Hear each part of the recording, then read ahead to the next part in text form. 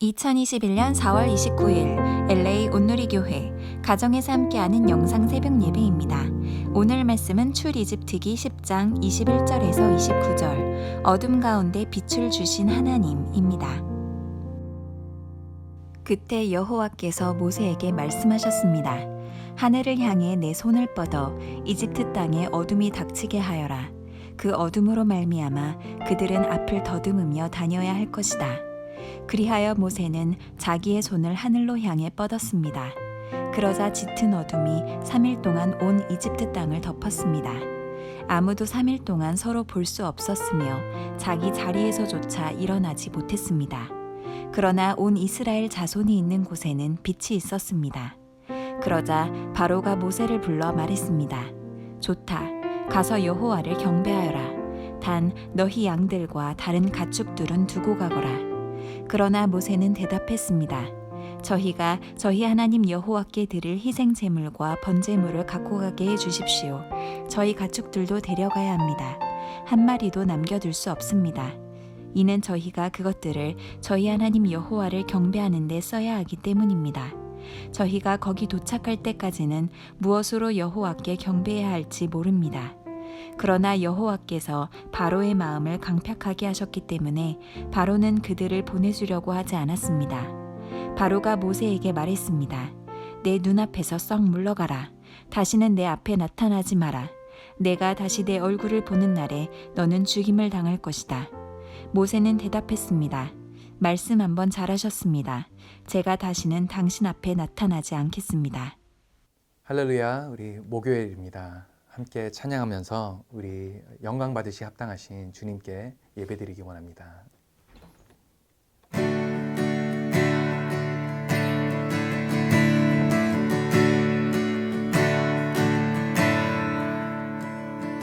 내 평생 사는 동안 주 찬양하리. 여호와 하나님 내 주를 찬양하리.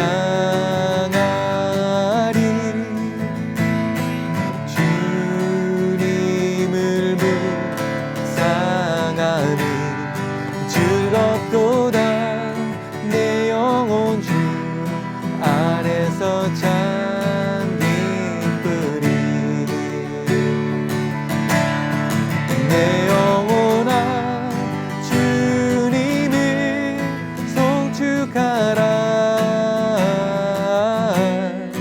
내 영혼아 주님을 찬양하라. 내 영혼아 주님을 송축하라.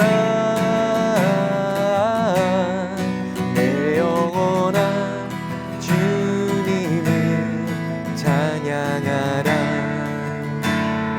같이 찬양합니다. 내 평생 사는 동안 주 찬양하리. 여호와 하나님 내 주를 찬양하리.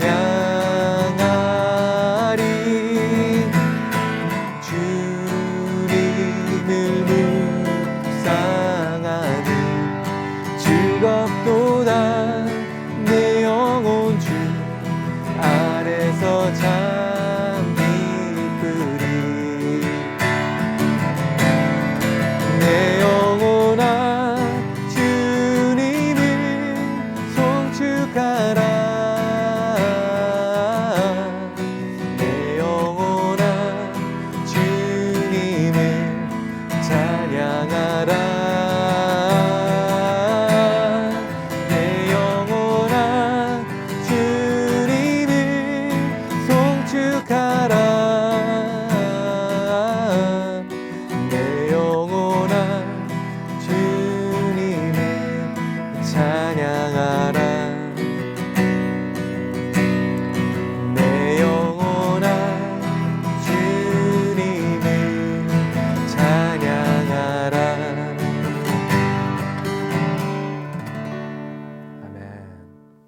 할렐루야. 4월 29일 목요일 아침입니다. 오늘도 하나님 말씀으로 하루 시작하신 여러분에게 주님의 은혜와 사랑이 가득하시기를 축복합니다.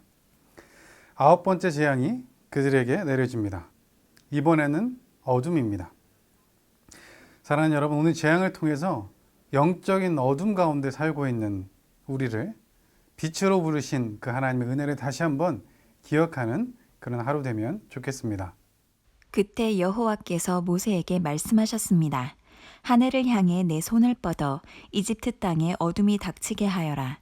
그 어둠으로 말미암아 그들은 앞을 더듬으며 다녀야 할 것이다. 그리하여 모세는 자기의 손을 하늘로 향해 뻗었습니다. 그러자 짙은 어둠이 3일 동안 온 이집트 땅을 덮었습니다. 아무도 3일 동안 서로 볼 수 없었으며 자기 자리에서조차 일어나지 못했습니다. 그러나 온 이스라엘 자손이 있는 곳에는 빛이 있었습니다. 하나님께서 모세에게 하늘을 향해 손을 뻗고 이집트 땅에 어둠이 닥치도록 하라고 말씀하십니다. 이 어둠으로 말미암아 그들이 앞을 더듬으면서 다니게 될 것이라고 말씀하시죠. 모세가 하나님 말씀대로 그대로 합니다. 그리고 3일 동안 이집트의 온 땅에 어둠이 임하게 됩니다. 그리고 그들은 볼 수 없게 됩니다. 기록에 보면 자기 자리에서 일어나는 것조차 하지 못했다고 기록하고 있죠. 여러분, 이 모습은 태초, 세상이 만들어질 때 혼돈하고 공허하며 흑암이 깊음 안에 있었던 그 모습을 기억나게 합니다. 그 흑암 가운데, 그 어둠 가운데 하나님께서 빛이 있으라 말씀하시고 빛이 생김으로, 그리고 하나님께서 빛과 어둠을 나누심으로 그 혼란의 상황이 정리되었습니다. 그런데 이 일이 또 한 번 오늘 일어나고 있는 것입니다. 하나님께서 빛과 어둠을 나누셨습니다. 바로의 백성 이집트 온 땅에는 어둠이 있었고 하나님의 백성 이스라엘 그들이 있는 곳에는 빛이 있었습니다. 다시 말하면 이집트에는 빛의 부재, 빛이 없는 것입니다. 빛 대신 하나님께서 이집트와 함께 하시지 않는 것이죠. 야고보서 1장 17절에 하나님에 대해서 이렇게 표현하고 있습니다. 온갖 좋은 선물과 온전한 은사는 위로부터 오며 빛들의 아버지께로부터 내려옵니다. 그분에게는 변함도 회전하는 그림자도 없으십니다. 아멘. 오늘 이 재앙을 통해서 그림자도 없으신 그 하나님께서 자기 백성 이스라엘과 함께하는 것, 그것을 볼 수 있습니다. 여러분, 어둠 속에 초 하나만 켜져 있어도 그 초의 빛이 온 방을 채웁니다. 하물며 하나님의 빛이 있었던 이 이스라엘 땅에는 어땠을까요? 그 빛이 세상 끝까지 나가지 않았겠습니까? 그런데 하나님께서는 이번에 그 빛을 가두신 듯합니다. 이스라엘이 있는 그 땅에만 빛이 있도록 하나님께서 하셨습니다. 이 흑암 가운데 더욱더 밝게 빛나고 있는 이스라엘 땅, 그 빛을 보고 있는 이집트 사람들의 마음은 어땠을까요? 여러분, 아마도 이집트 사람들 그 마음 속에 그들이 가장 위대하다고 생각하고 섬기고 있었던 태양신 라가 생각났을 것입니다. 이집트 사람들은 빛을 주는 그 태양이 하늘과 땅에 힘을 주는 존재로 인식했다고 합니다. 또한 태양이 매일 아침마다 어둠을, 흑암을 깨고 떠오르기 때문에 부활을 준다고 믿기도 했다고 합니다.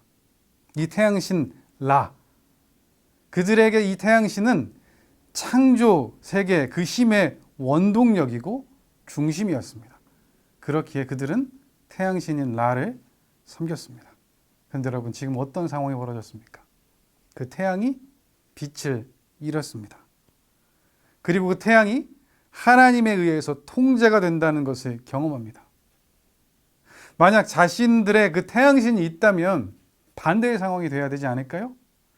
이스라엘 땅에 어둠이 있고 이집트 땅에 빛이 있어야 하지 않겠습니까? 그런데 그렇지 않자 이들은 깨닫게 됐을 것입니다. 태양조차 만드신 창조주 되시는 그 하나님을 경험했을 겁니다. 그리고 이 어둠의 시기, 아무것도 보이지 않는 이 시기, 그 두려움 가운데 그 하나님의 존재가 그들의 뼛속 깊이 새겨졌을 것입니다. 그리고 이 일로 바로는 이렇게 모세와 아론에게 이야기합니다. 그러자 바로가 모세를 불러 말했습니다. 좋다. 가서 여호와를 경배하여라. 단 너희 양들과 다른 가축들은 두고 가거라. 그런데 아직도 바로가 놓지 못하는 것이 있습니다. 양과 가축들을 두고 가라고 하죠. 이 바로 전 재앙인 메뚜기 재앙에서는 어린아이들을 두고 가라고 얘기했습니다. 하지만 이번 재앙에서는 어린아이들은 데리고 가도 되는데 양과 그 가축들은 두고 가라고 이야기하고 있죠. 여러분, 세상의 관점으로 한번 잘 생각해 보면 바로가 많이 양보하고 있는 듯합니다. 왜냐하면 여러분, 지금 바로는 군주고 모세는 노예입니다. 군주와 노예에게 이런 협상이 있을 수 없기 때문에 그렇죠. 하지만 우리는 알아야 합니다. 만약에 바로가 모세와 둘이 하고 있는 협상이라면 이쯤에서 모세가 받아들이고 양보해도 괜찮을 것입니다. 그런데 여러분, 우리는 알고 있습니다. 바로는 모세를 상대하고 있는 것이 아니라 하나님을 대하고 있는 것이기 때문에 그렇습니다. 이 큰 재앙이 왔을 때 그 재앙 앞에 압도되어서 하나님을 의식한 바로는 그 말씀대로 하겠다고 결심합니다. 그런데 내 앞에는 하나님이 아니라 모세가 서 있습니다. 자기 백성이라고 생각하는 자기의 노예 이스라엘의 대표인 한 사람이 서 있으니까 그 모세 앞에서 다시 바로가 군주가 된 겁니다. 그러니 포기할 수 없는 거죠. 양과 가축을 두고 가라고 얘기합니다. 그 눈과 마음이 암흑에 가려져 있습니다. 여러분, 지금 이집트 땅에 가장 큰 재앙은요, 물리적으로 어두워진 이 암흑이 아니라 이 이집트 땅의 최고 지도자인 바로의 그 눈과 마음에 있는 그 영적인 암흑입니다. 그런데 여러분, 우리도 착각하지 말아야 합니다. 우리도 이 어둠의 세상 가운데 때로 모세와 같이 서야 되는 경우가 있습니다. 거창한 것이 아니라 우리 삶의 매 순간순간 결정하는 그 작은 결정들이 그럴 수 있습니다.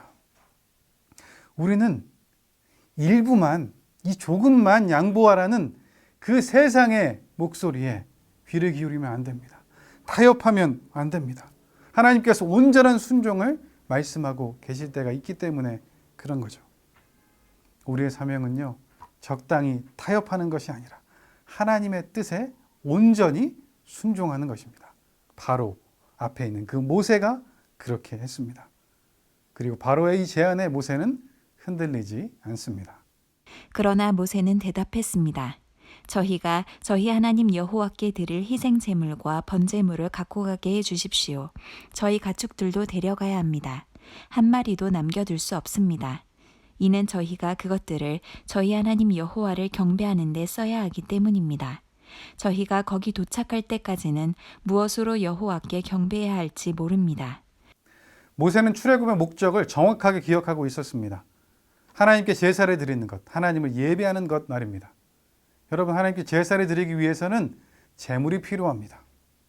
그뿐만 아니라 하나님께서 이스라엘 백성들에게 약속하신 것이 있었습니다.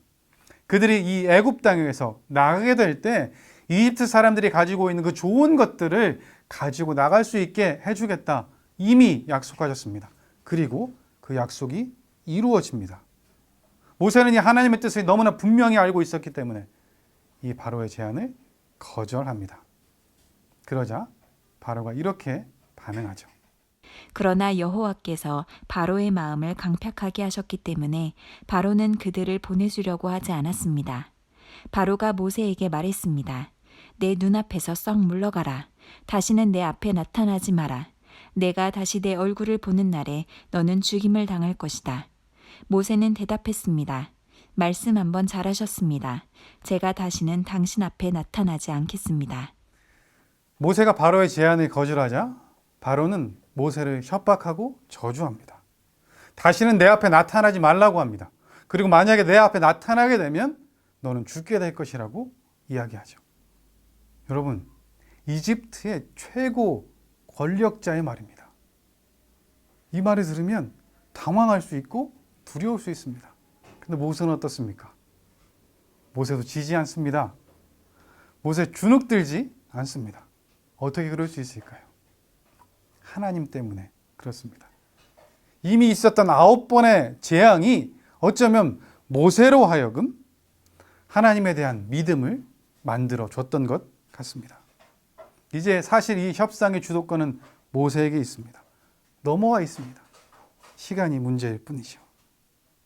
모세는 이제 바로의 말이 아니라 하나님의 말씀을 듣는 사람이 되었습니다. 하나님께서 그렇게 원하셨던 하나님의 백성으로서의 모습이 오늘 모세에게 드러나고 있습니다.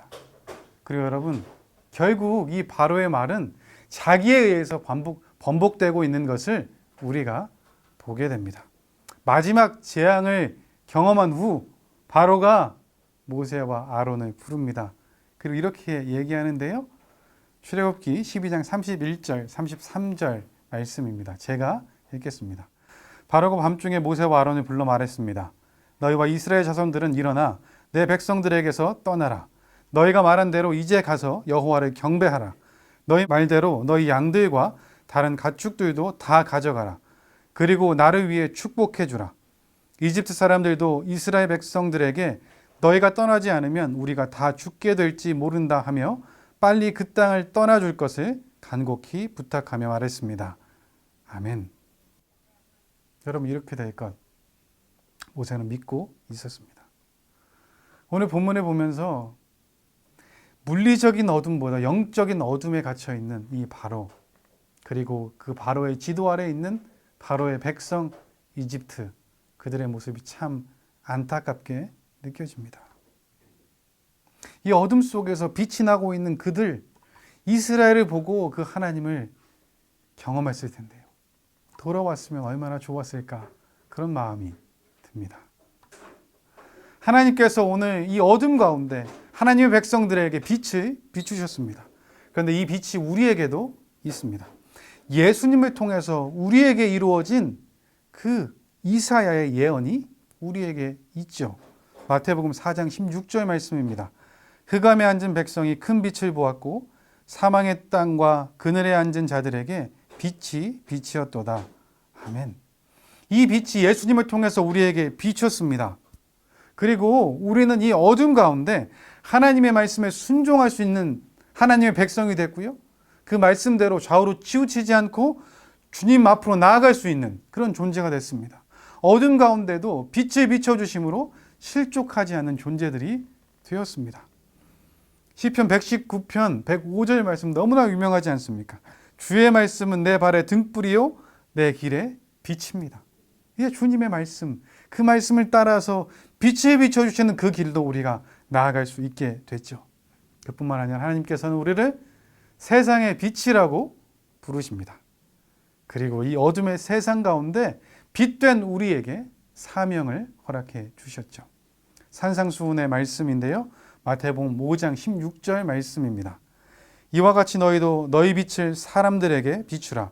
그래서 그들이 너희 선한 행실을 보고 하늘에 계신 우리 아버지께 영광을 돌리도록 하라. 아멘. 세상에 빛을 비추는 사명을 우리에게 허락해 주셨습니다. 여러분, 세상에 빛을 비추는 모습은 무엇일까요? 어쩌면 이 빛은 잘못을 지적하는 눈부신 자동차의 전조등과 같은 빛일 수도 있습니다. 그런데 그런 빛만으로는 세상을 변화시킬 수는 없는 것 같습니다. 겨울에 그 얼어붙은 얼음과 눈을 따뜻하게 녹이는 그 빛, 사람들의 얼어붙어 있는 그 마음을 녹여줄 수 있는 그 주님의 따뜻한 사랑의 빛 또한 우리에게 필요한 것 같습니다. 그러니 이렇게 말씀하시는 거죠. 너희의 선한 행실, 착한 행실을 그들에게 비추라고. 그래서 그들이 하나님을 알고 하나님께 영광을 돌리도록 하라. 이렇게 말씀하십니다. 사랑하는 여러분, 이 어둠의 세상 가운데 하나님께서 우리를 빛으로 부르셨습니다. 오늘 하루 살아가면서 주님의 그 빛을 세상에 비추는 우리 모두 되기를 주님의 이름으로 축복합니다. 기도하겠습니다. 사랑의 하나님 아버지, 감사합니다. 하나님, 오늘도 하나님 말씀으로 다시 한번 알려주시니 감사합니다. 어둠의 세상 가운데 우리에게 빛을 비춰주시니 감사합니다. 우리를 빛된 자녀로 불러주시니 감사합니다. 제 세상 가운데 주님의 빛이 비추라 말씀하십니다. 착한 행실로 그들로 하여금 하나님을 알게 하고 하나님께 영광을 돌리라 말씀하십니다. 하나님, 오늘 하루를 살아가면서 우리의 삶에 세상 가운데 빛을 비추는 작은 행실이 있게 하여 주옵소서. 모든 걸 주님께 맡겨드리며 예수님의 이름으로 기도합니다. 아멘.